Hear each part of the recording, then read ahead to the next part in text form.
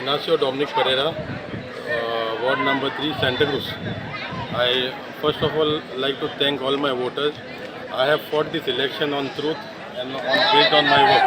So I am very happy that I've got elected, and I'll make sure whatever manifestos I have made and given to the people, I will work as per that. And once again, thank you to all the people who have voted me and also who have not voted me, so that I will change them in the coming 5 years. I'll win their hearts. Thank you very much. Dominic, you have been fighting with this BDS issue. See, my fight I will get little more power so that my work will be done little faster. So I will keep my work continue so that work will be done faster. Don't you think like?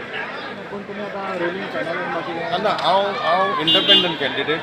Okay, I have not decided still. I will talk to my supporters, and if you see that all the people are new faces this time, so it's good to work with new people. I am also new to the Panchayat.